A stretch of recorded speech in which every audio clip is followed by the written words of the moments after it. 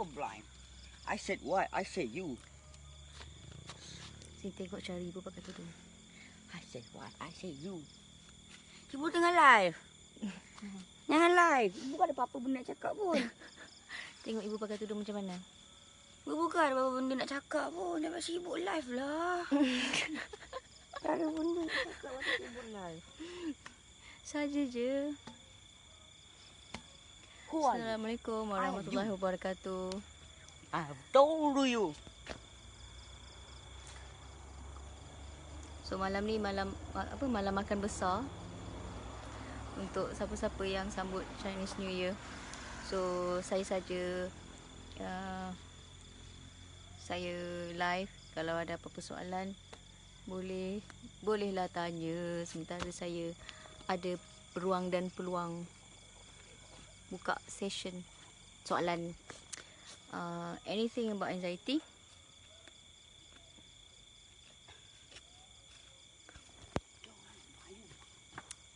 So sorry lah kalau muka saya tidak semenggah sebab saya baru lepas booster hari Jumaat lepas. So alhamdulillah hari ni rasa cargas sikit. So kalau ada siapa-siapa kawan-kawan yang ada soalan nak tanya, bolehlah tanya. Saya sekarang berada di luar kawasan. Saya tak berada di rumah saya. Sebab besok plannya nak bercuti. So hari ni saya dah sampai ke destinasi percutian itu kononnya. So malam ni saya rasa macam ada masa sikit. Kalau ada siapa-siapa yang nak tanya soalan tu, bolehlah tanya.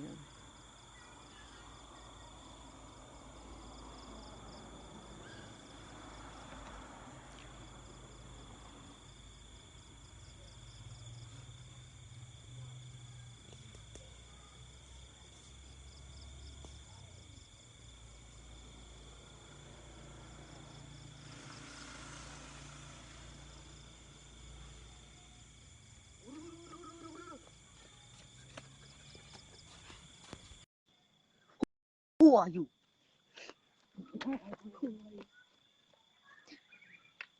Siapa yang bagi smiley sedih? Kenapa? Ada yang sedih ke? Who are you? I am you. I'm Spider-Man.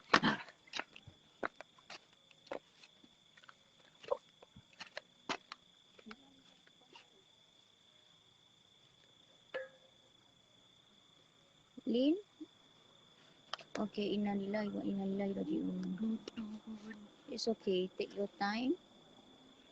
Take your time untuk kuatkan balik semangat. Sometimes memang bukan mudah untuk kita berhadapan dengan suatu musibah. Anak saya cakap musibah. I don't know lah what kind of word. Anak saya tak suka guna perkataan musibah. But maksudnya bukan senang untuk kita nak berhadapan dengan cabaran-cabaran dalam hidup. Apatah lagi bila kita mengalami keguguran. Sebab saya pun pernah mengalami keadaan tu di mana saat-saat di mana saya sangat nakkan anak yang kedua tetapi tidak dapat. So masa tu kandungan saya 4 bulan. Dah 4 bulan kandungan saya waktu tu, tapi Allah lebih tahu. Dalam masa 4 bulan tu rupanya janin tu tak jadi. So gugur lah. So benda ni bukan mudah sebab kita mengharapkan satu kelahiran kita nak anak kan. So bila gugur tu memang sedih lah. So take your time untuk nak kembalikan balik semangat. Apa yang saya boleh katakan, kalau saya ceritakan daripada pengalaman saya, beri masa untuk terima keadaan tu sebab Of course kita akan sedih, of course kita akan rasa terkilan dan macam-macam benda yang kita fikir. Tapi beri masa pada diri kita dan jangan rasa bersalah sekiranya kita bersedih dengan kehilangan tu. Because kita manusia dan kita ada perasaan. So ekspreskan perasaan tu, ekspreskan kesedihan tu pada jalan yang betul. And then bila kita cuba untuk menerima yang kita rasa terkilan, kita menerima yang kita rasa sedih, kita menerima yang kita rasa kehilangan tu, lama-lama kita akan boleh mampu untuk tembusi perasaan-perasaan sedih tu. So give your time, and then kemudian baru kita akan tahu apa hikmahnya. Sebab kalau kita nak tahu hikmah tu sekarang, kita takkan dapat jawapan. Sebab hikmah tu ada, sebab setiap perkara yang berlaku ada dia punya rahsia dia dan ada hikmah dia. Cuma jawapan tu bukan sekarang. Sebab apa yang kita nak tahu sekarang adalah bagaimana kita nak berdepan dengan situasi tu. Dan untuk kita nak tahu kenapa benda berlaku kat aku, kenapa dia jadi, kenapa benda tu jadi. Jawapan tu kita akan tahu nanti, bukan sekarang. Rasa bersalah sebab rasa macam diri Lin punca gugur. Sebab 2-3 hari stress layan anxiety, mungkin baby pun stress. Dari segi faktor fisiologinya, memang dari segi faktor fisiologi memang kandungan itu perlukan suatu tenaga yang kuat. Kandungan bayi itu perlukan suatu tenaga yang kuat dalam perut. Jadi bila tenaga ibu itu tidak kuat, mungkin boleh berlaku keguguran itu.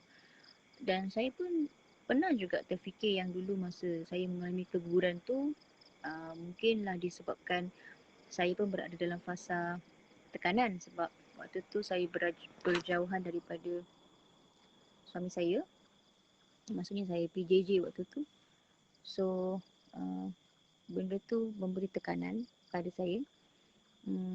Dan kalau nak ikutkan, saya pun ada rasa bersalah tu. Sebab waktu tu bila saya dalam keadaan stres, suami jauh daripada saya, lepas tu saya perlukan suami di sisi tapi dia tak ada. So benda tu berikan tekanan. Dan bila kita stres, kita rasa tak selera makan, so saya pun tak jaga pemakanan. Saya ambil Maggi, makan benda bukan-bukan kan. Waktu tu saya fikir macam as long as saya dapat as long as saya makan sesuatu, cukuplah pada saya. Tapi sebenarnya benda tu mungkin boleh harm bayi dalam kandungan, tapi waktu tu kita tak tahu kan.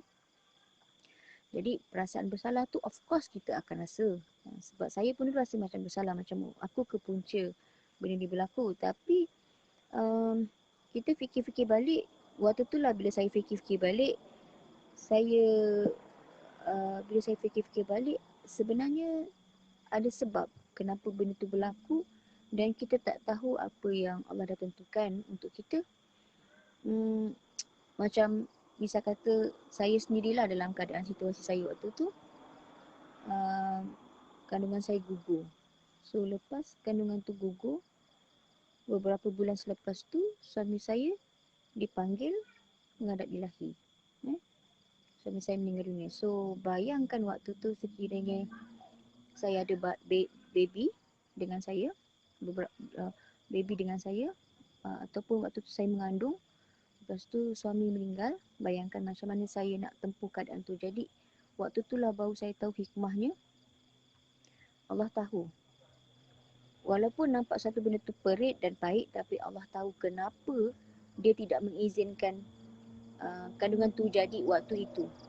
Tapi bukanlah tak boleh jadi pada waktu yang lain, tetapi cuma waktu itu tidak boleh. Jadi first adalah untuk terima yang kita memang mampu untuk sedih, kita mampu untuk rasa terkilan, mampu untuk rasa bersalah, kita boleh untuk rasa terkejut, rasa kehilangan. Kita mampu dan boleh untuk merasai semua benda tu. Benarkan kita merasa emosi-emosi tu. Lepas tu barulah bila kita dah longgarkan sedikit jiwa kita, longgarkan sikit hati kita untuk terima benda tu, perlahan-lahan kita akan mula untuk reda dengan apa yang Allah dah tentukan, dan perlahan-lahan baru kita akan faham, kita akan mula dapat jawapan kenapa benda tu tidak diizinkan untuk kita.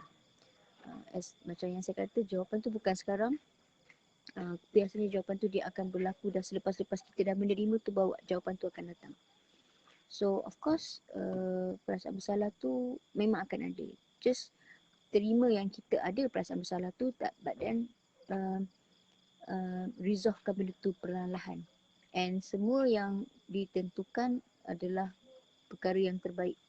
Perkara yang terbaik untuk kita, walaupun kita rasa macam kita rasa kita lah kita rasa kita yang bersalah, atau kita mungkin boleh menyalahkan orang lain, tetapi sebenarnya apa yang Allah dah tetapkan, apa yang Allah dah aturkan, itu sebenarnya itulah yang paling terbaik, walaupun benda tu nampak sangat-sangat pahit.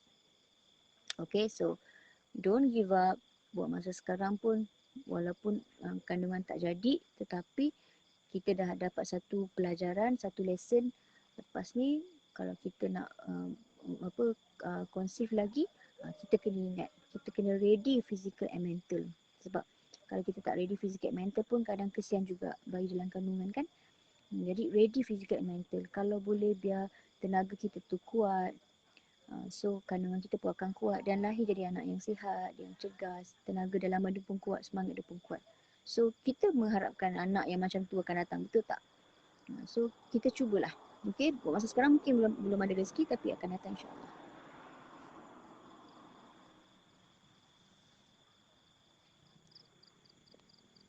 Assalam Najah Alia, salam kesedaran daripada saya masih di Johor.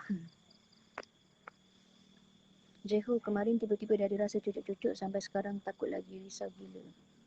Okay, bab dada rasa cucuk-cucuk ni, sebenarnya sampai sekarang pun saya masih ada rasa cucuk-cucuk kat dada tu, tapi saya tidak associatekan keadaan tu dengan anxiety. Tidak. Basically kalau saya rasa macam cucuk kat dada tu, apa yang saya buat adalah saya akan pegang kat tempat yang sakit tu, and saya cuba untuk sendawa. Sometimes ada orang yang dia boleh untuk sendawa sendiri.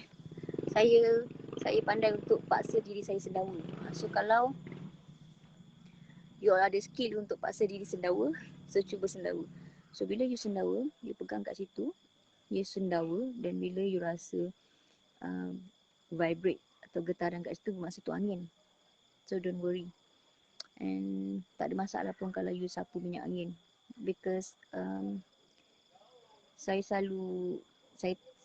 seorang anxiety dia cenderung untuk fikir jauh-jauh kan. So bila dia rasa cucuk-cucuk dia akan fikir jantung ke, paru-paru ke. Tapi saya selalu macam cakap kat diri saya macam angin macam tu. So angin, and then saya just sapu minyak angin and akan sendawa lah. So bila sendawa tu baru kita rasa lega lah. And most of the time bila saya buat macam tu, bila saya letak tangan saya dekat dada tu, and then bila saya sendawa saya rasa vibrate kat situ, maknanya betul lah kat situ memang kawasan angin. So saya akan sapu minyak kat situ. So cubalah kot, sebab kadang-kadang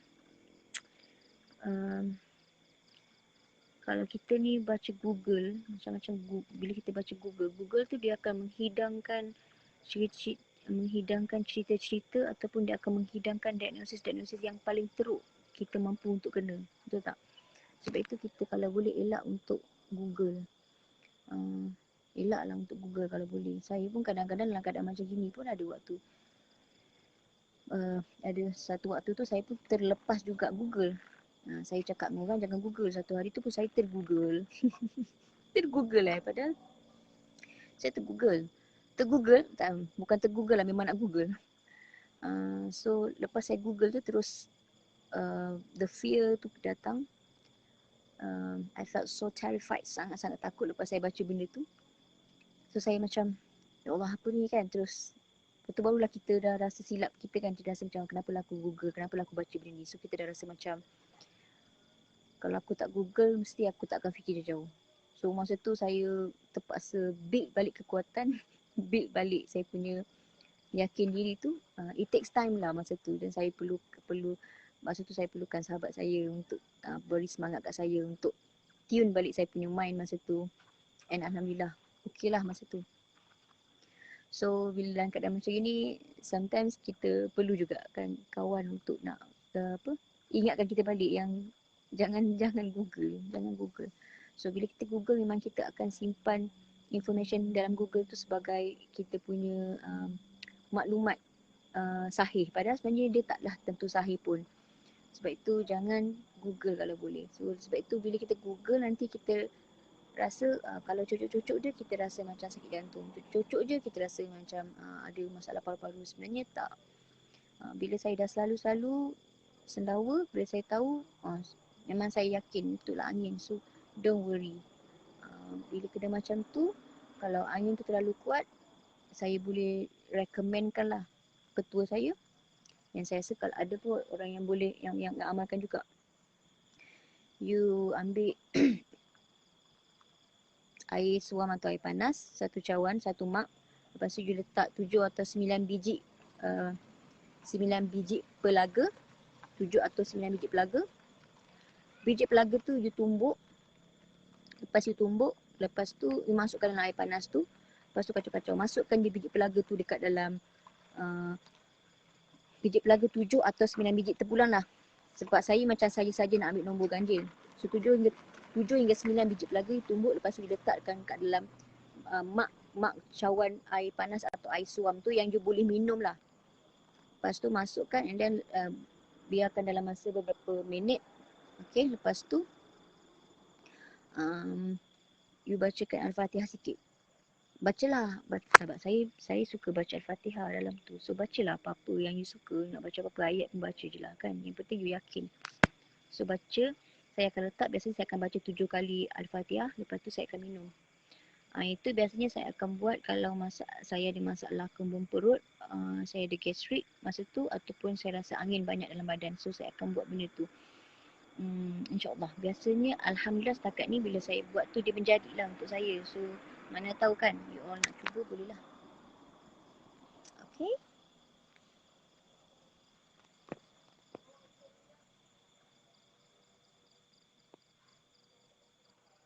Angin ke? Sampai hari ni rasa fikir macam-macam. Tak tahulah, kalau saya memang selalunya angin lah. Kalau saya cucuk kat dada tu memang angin. Macam mak saya pun dia selalu cakap macam rasa cucuk-cucuk kan. Then bila saya urut dia kat belakang, dia akan so memang lepas tu dia akan rasa lega. So basically angin lah. Sometimes angin tu maksudnya gas. Sebenarnya gas yang perut kita hasilkan, asid yang kita hasilkan daripada perut. So asid tu dia hasilkan gas. So gas tu jadilah macam angin. So tu yang orang kata angin dalam badan banyak. Kurang-kurangkan makan benda-benda yang banyak asid lah. Okay. Maghrib tadi pun saya rasa nyesis dan mensendawakan diri untuk pisahkan kesihatan mental dan fizikal dan lalui je proses tu insyaAllah. Yep. Satunya yang saya nak you all sedar, okay, walaupun saya selalu kata yang saya dah pulih 100% daripada anxiety, and you all pun ada jumpa orang-orang lain yang pernah yang cakap yang dia dah pulih 100% daripada anxiety. Percayalah yang sebenarnya walaupun kita dah pulih daripada anxiety tu, tetapi ada simptom-simptom yang serupa anxiety yang kami juga masih alami, kami juga masih lagi rasai. Cuma kami tak associatekan simptom tu sebagai simptom under anxiety lagi. Kami tak associatekan benda tu di bawah anxiety. We just rasa macam okay, ni angin dalam badan. So kita buatlah apa yang perlu. Oh, ini sebab aku tak cukup rehat. So kita tidurlah. Oh, ni sebab aku banyak fikir. So kita janganlah banyak fikir. Benda macam tu tau. So simptom yang saya rasa dulu, yang saya letakkan di bawah anxiety, saya dah tak letakkan di bawah anxiety lagi. Semua sekarang bila saya rasa benda tu, saya boleh tahu apa punca dan saya overcome and dia hilang. So sebab itulah pentingnya untuk kita faham maksud pemulihan total tu adalah walaupun ada simptom-simptom yang menyerupai anxiety itu, tetapi kita masih boleh teruskan hidup kita macam mana biasa. Malah dia tidak menghentikan kita daripada nak buat apa yang kita nak buat. Itu yang paling penting. So tak payah gaduh-gaduh.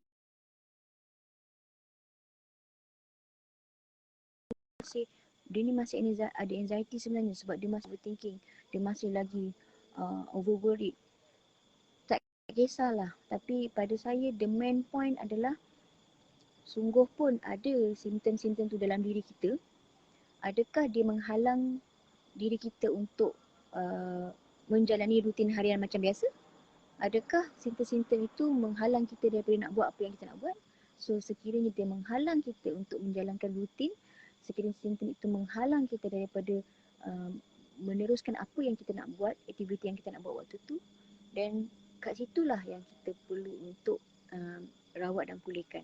Tapi kalau kita ada simptom tersebut masih ada sekali-sekala, tetapi dia tidak drag kehidupan kita sampai terus tak boleh nak buat apa-apa, dan kita just letakkan perasaan yang kita dah sembuh daripada anxiety tu. So kita dah tak perlu associatekan diri kita sebagai anxiety sufferer, malah kita associatekan diri kita sebagai anxiety survivor. Itu lebih powerful label tu daripada you labelkan diri sebagai anxiety sufferer, penderita anxiety. Baik you letak diri you sebagai anxiety survivor, maknanya kita yang dah survive daripada anxiety. So tak kisahlah kan ada simptom ke tak ada simptom ke. In fact kadang-kadang saya pun masih ada, cuma macam saya kata saya tidak associatekan dia sebagai anxiety disorder.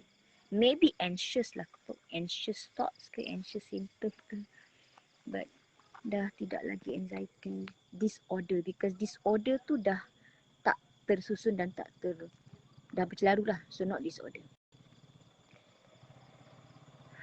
Okay, jadi betul tu fikir macam-macam, terus tengah kerja memikir saja. Okay.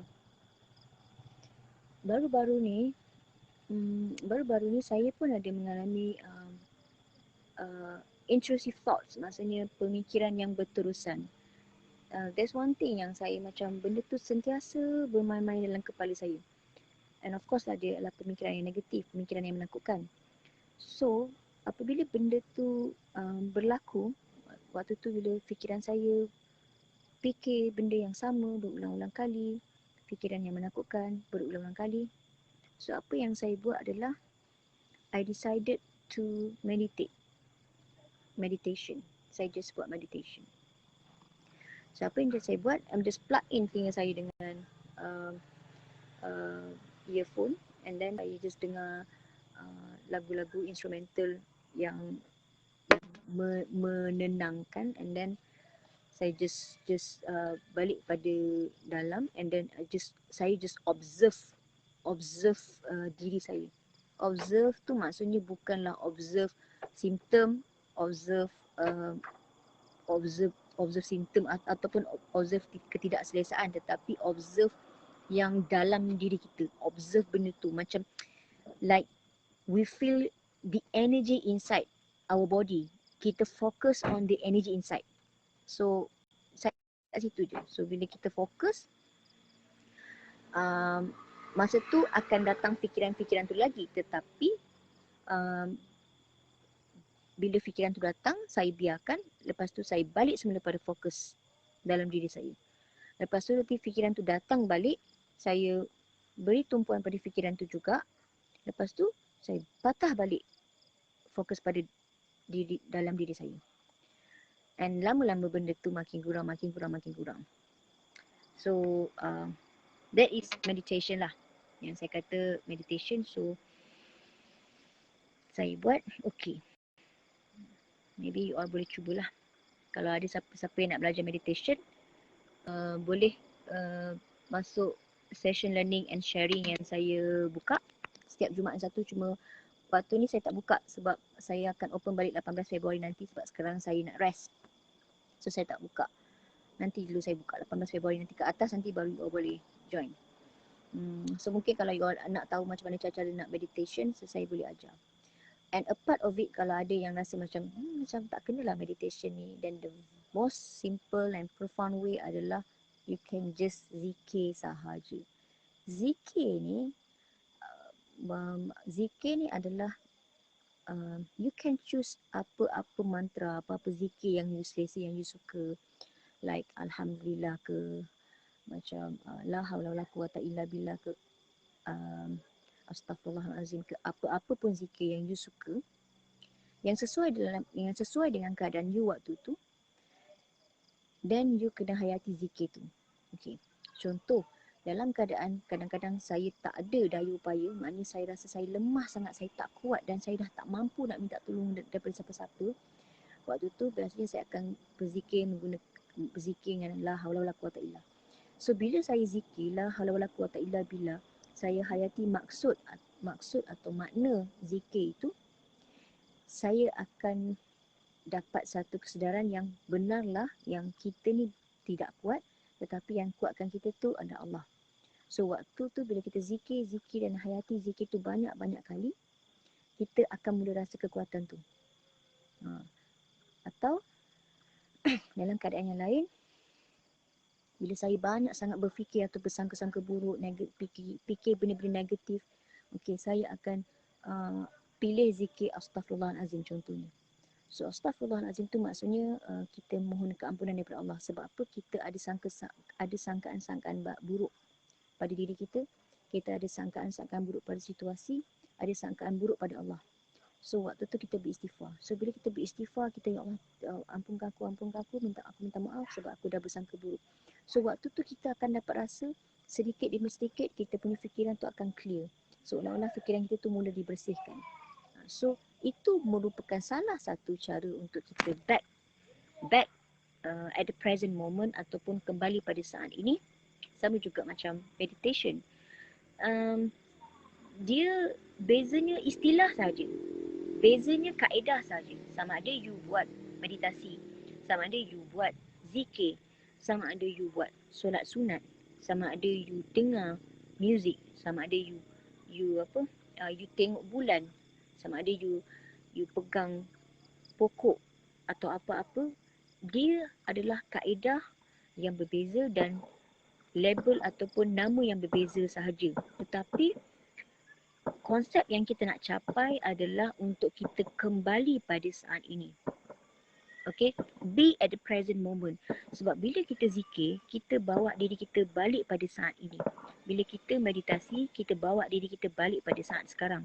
Atau bila kita solat sunat, kita bawa diri kita pada waktu kita tengah berdiri, waktu kita sujud, waktu tu kita connect dengan the higher source yang Allah Subhanahu Wa Taala.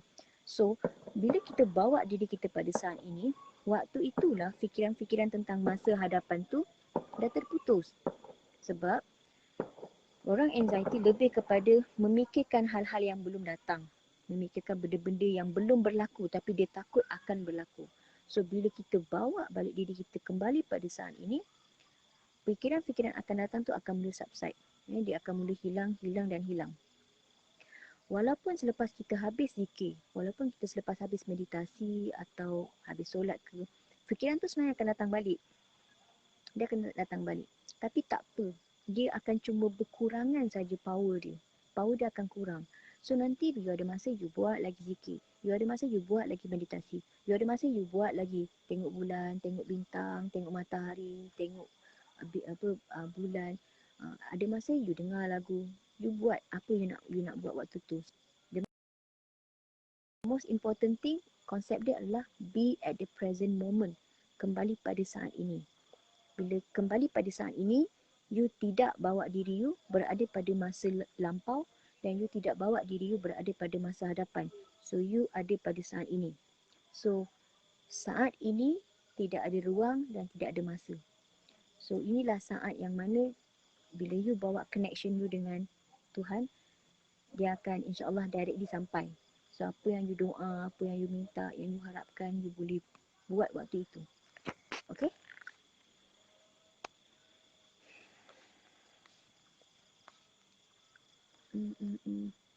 Lin pun ada simptom tapi Lin tetap keluar jalan-jalan dan buat apa yang Lin nak walaupun hati tengah risau, contohnya travel jauh-jauh. Ya, itulah benda yang kita nak kena buat. Walaupun ada simptom tu ada dalam badan kita, jangan stop dia daripada nak buat apa yang kita nak buat. Jangan stop. Just teruskan. Sebab waktu tu, bila kita teruskan tu, kita sedang ajar diri kita untuk bina keyakinan. Waktu kita tengah risau, waktu kita tengah ada simptom, tapi kita nak buat juga apa yang kita nak buat, waktu itu kita sedang ajar diri kita bina keyakinan yang mana Allah itu yang akan lindung kita, Dia yang akan selamatkan kita, dan Dia sebaik-baik pelindung dan Dia sebaik-baik penyelamat. So kat situlah yang saya kata dalam proses pemulihan ni, dia punya misterinya tu atau indahnya tu adalah apabila kita risau, bila kita takut, kita cuba untuk dapatkan balik keyakinan tu. Kita cuba untuk develop balik kita punya keimanan kita. Kita ni kebanyakannya rasa macam dah beriman, macam yakin pada Allah, beriman pada Allah. Tapi sebenarnya bila kita melalui satu benda tu, baru kita tahu yang sebenarnya kita goyah. Dan kita masih berharap pada makhluk, kita masih bergantung pada makhluk. Tapi inilah dia yang sebenarnya Tuhan nak kita belajar, untuk kita balik pada diri. Bila mana berlaku satu-satu krisis, bila mana berlaku satu-satu cabaran yang kita tempuh waktu tu, kita nak cari apa, nak cari siapa. So itulah manisnya kita punya journey of recovery kalau kita pegang pada tali Allah. Jangan putus. Bila kita pegang, kita minta Dia yang utama untuk beri kita pertolongan dan bantuan, nanti Dia akan datangkan bantuan. Sama ada Dia datangkan sahabat, Dia datangkan orang, Dia datangkan nasihat, Dia datangkan teguran, Dia akan datangkan benda tu. So benda pertama bila kita dalam keadaan yang tak best, always go back to the higher source, yang paling tinggi tu, maha tinggi tu. Okay?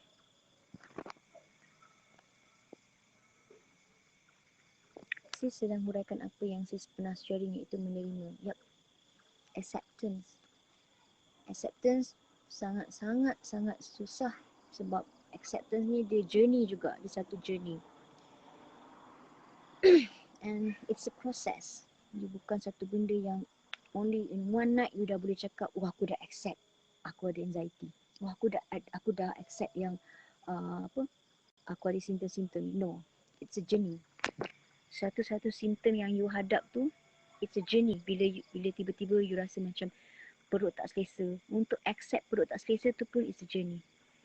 Untuk accept kepala tiba-tiba sakit pun itu satu journey. Untuk accept yang kita ada fikiran negatif yang berulang-ulang pun adalah satu journey. So it's about process, it's about journey. So acceptance ini sangat susah, tetapi ada manis dia.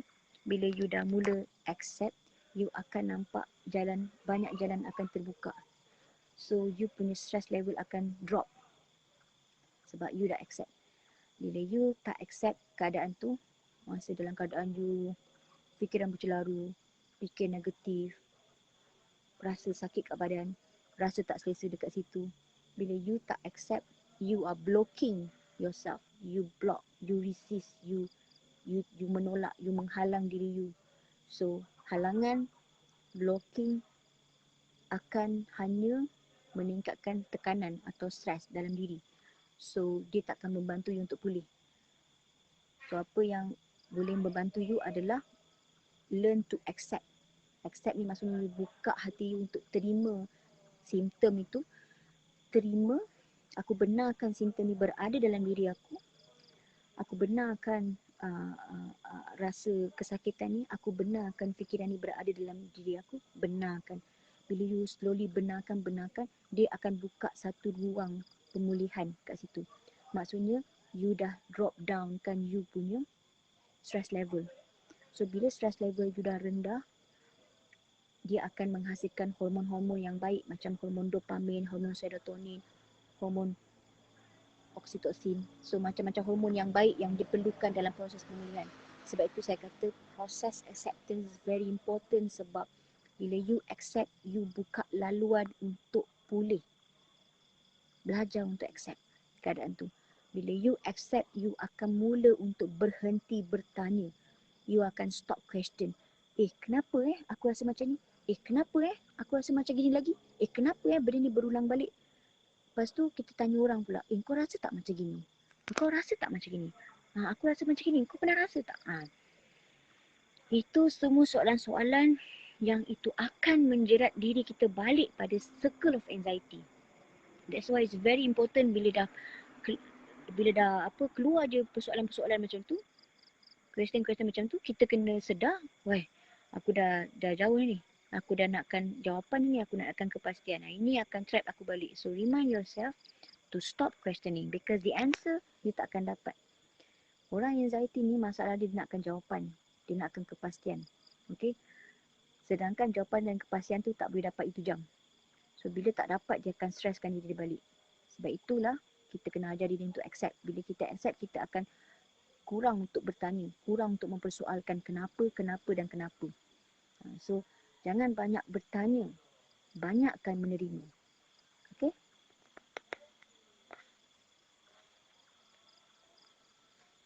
Okay, Yana Nordin. Kalau sebelum ni saya asyik fokus pada simptom sampai takut nak buat macam-macam.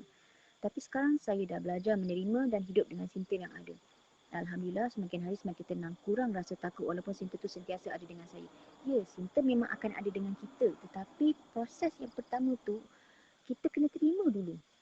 Simptom memang akan ada. Bukan bermaksud bila kita accept, simptom tu hilang. Tak.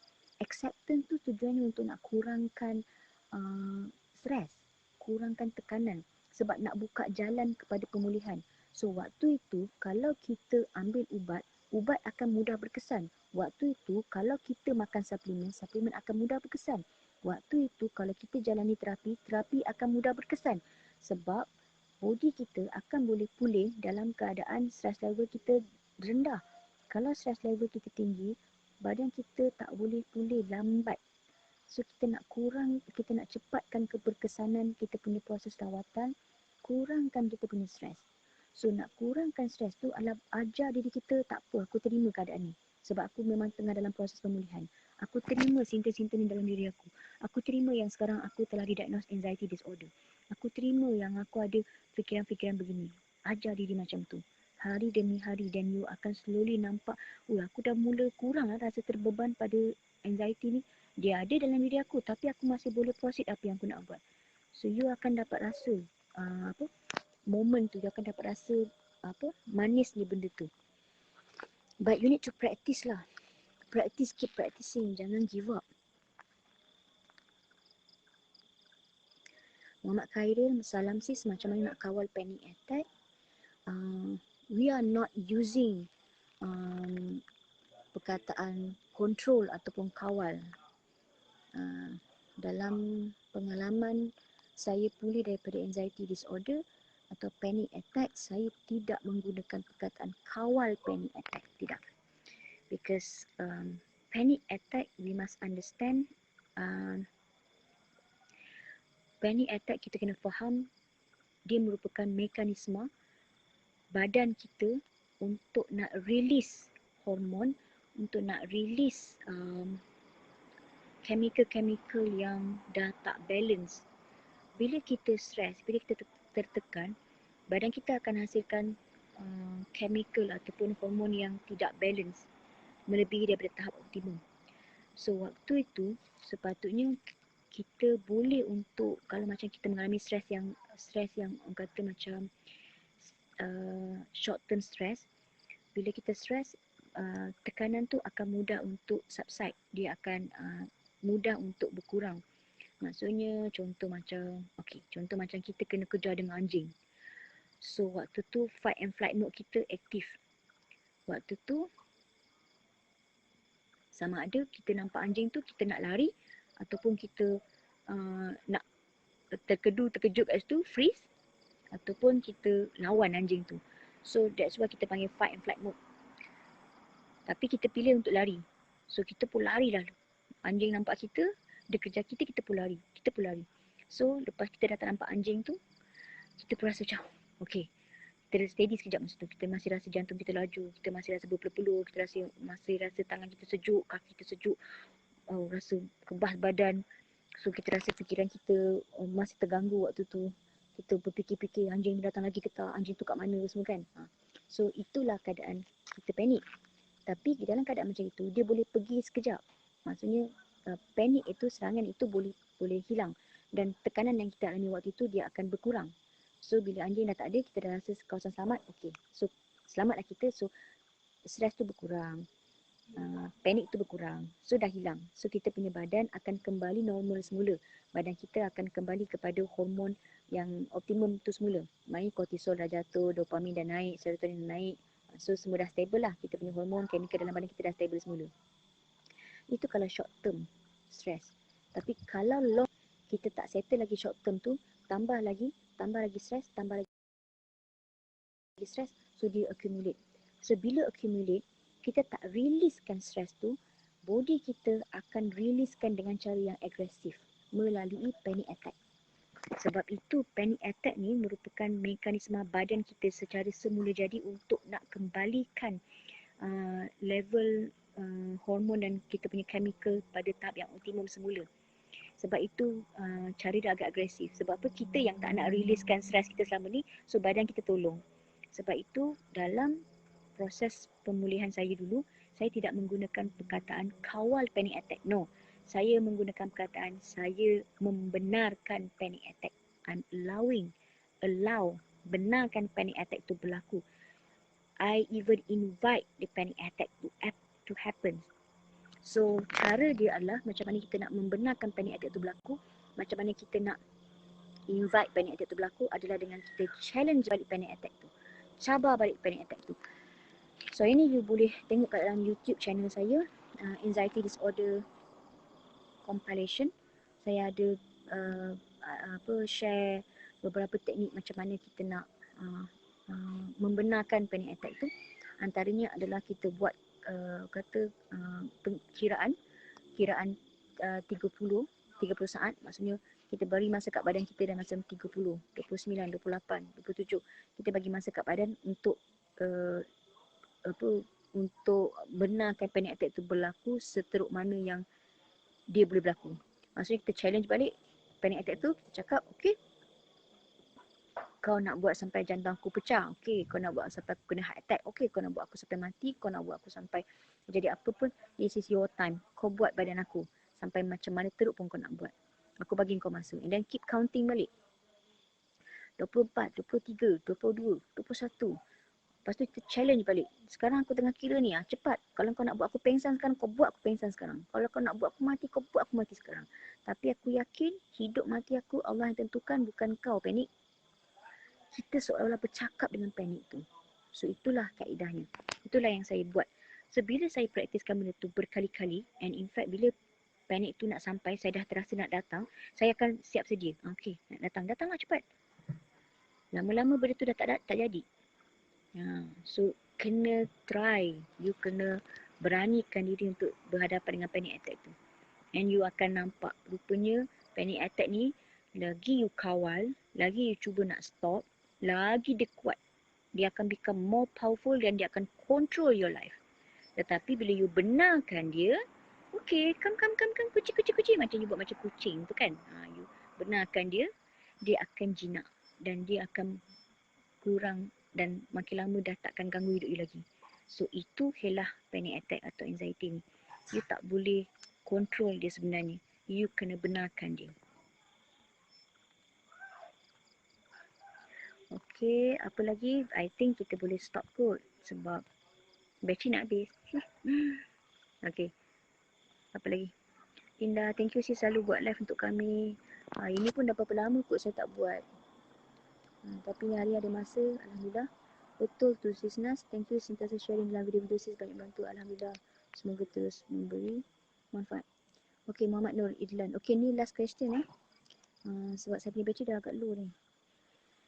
Saya pernah kena panic attack sampai rasa tangan kaki belah kanan dia lemah dan macam kena stroke. Lepas tu jantung laju, saya cuba chill, tarik nafas, lepas tu dia hilang. Pernah macam nak datang pada tu, saya mula buat deep breathing. Betul macam tu. Yes, itulah cara dia. Yang penting jangan control. Saya cuba chill, tarik nafas. Tarik nafas tu adalah deep breathing. You buat deep breathing maksudnya you hijack you punya sympathetic nerve system. You punya maksudnya daripada you punya sympathetic nervous system tu activate. You deep breathing akan activatekan you punya parasympathetic nervous system. So bila you activate parasympathetic tu, you akan kembali pada normal state. So itu cara yang betul. Betul. Okay. Alright, itu sajalah. Okay. So terima kasih pada kawan-kawan yang sudi menonton live video malam ni. Simple-simple je, santai-santai je. So kalau dia memberi manfaat, please share pada kawan-kawan yang lain supaya ramai kat luar sana yang dapat manfaat daripada perkongsian pada malam ni. Sebab sebenarnya ramai yang dah kena anxiety tapi dia tak tahu. Dia cuma merasa-rasakan sahaja. Yang itu yang merasa-rasakan tu minta mereka untuk dapatkan diagnosis yang tepat daripada doktor. Barulah kita boleh mulakan proses rawatan. So pada kawan-kawan yang nak join learning and sharing session, this is one-to-one personal dengan saya melalui Google Meet. Yang itu kita buat Jumaat atau Sabtu sahaja, tetapi untuk beberapa minggu ni saya stop sebab saya nak recharge dan saya nak enjoy saya banyak agenda. So maybe kita akan start balik learning and sharing session tu 18 Februari nanti. 11 Februari sebenarnya dah ada yang dah booking. 11 Februari dah ada yang booking. So 18 Februari kita akan start balik lah. And then kalau nakkan buku Kembali Kesedaran, boleh email saya virginroselyr@gmail.com. And then apa lagi? So anything, kalau ada apa-apa question boleh tanya saya lah. Saya cuba reply inbox. Alright, so Assalamualaikum. Lupa kalau ada apa-apa salah silap kata-kata saya minta maaf. Salah bahasa ke apa, saya minta maaf. Okay. Assalamualaikum warahmatullahi wabarakatuh.